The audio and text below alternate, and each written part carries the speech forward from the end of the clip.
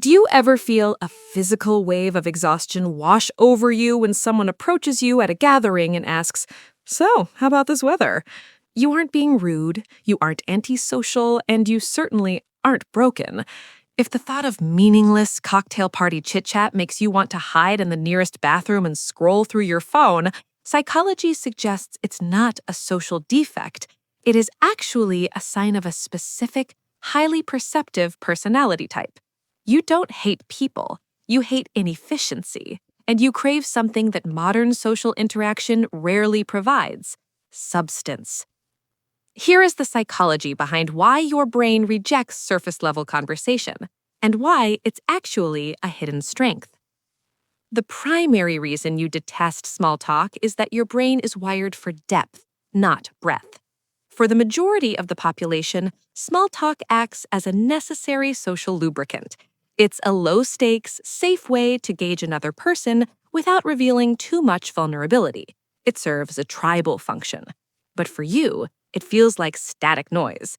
Psychologists suggest that individuals with a higher need for cognition, people who enjoy complex problem-solving and deep thinking, find surface-level conversation literally painful.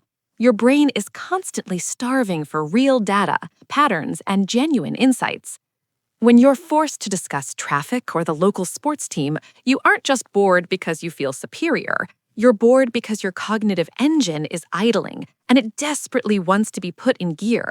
You're trying to tune in to a deep frequency in a world obsessed with shallow signals. Furthermore, your aversion to chit-chat is often a symptom of high emotional intelligence. You likely possess a finely tuned radar for inauthenticity. When someone asks, "How are you doing?" without actually caring about the answer, you immediately sense the performance. It feels like a scripted play that you never auditioned for. People who dislike small talk tend to value genuine connection over social performance. You would much rather sit in comfortable, authentic silence with someone you trust than engage in 20 minutes of enthusiastic fake dialogue with a stranger. You aren't awkward. You just possess a high threshold for honesty, and small talk often feels like a socially acceptable lie. Finally, we must look at your social economy energy. For extroverted temperaments, social interaction generates energy. They leave a party feeling buzzed. But for the contemplative type, social interaction costs energy. It is a transaction.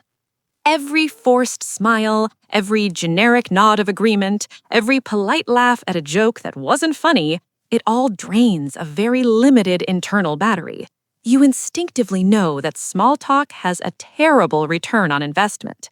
Why spend 50% of your precious social battery on weather talk with an acquaintance when you could save it for a meaningful, deep-dive conversation with a close friend later? You are frugal with your energy because you understand its value.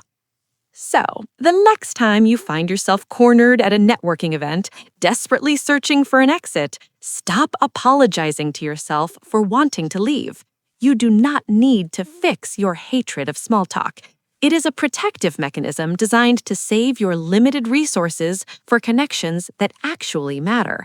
It doesn't mean you're bad at being human. It just means you're a deep diver living in a shallow world. If this resonates with you, welcome to the club.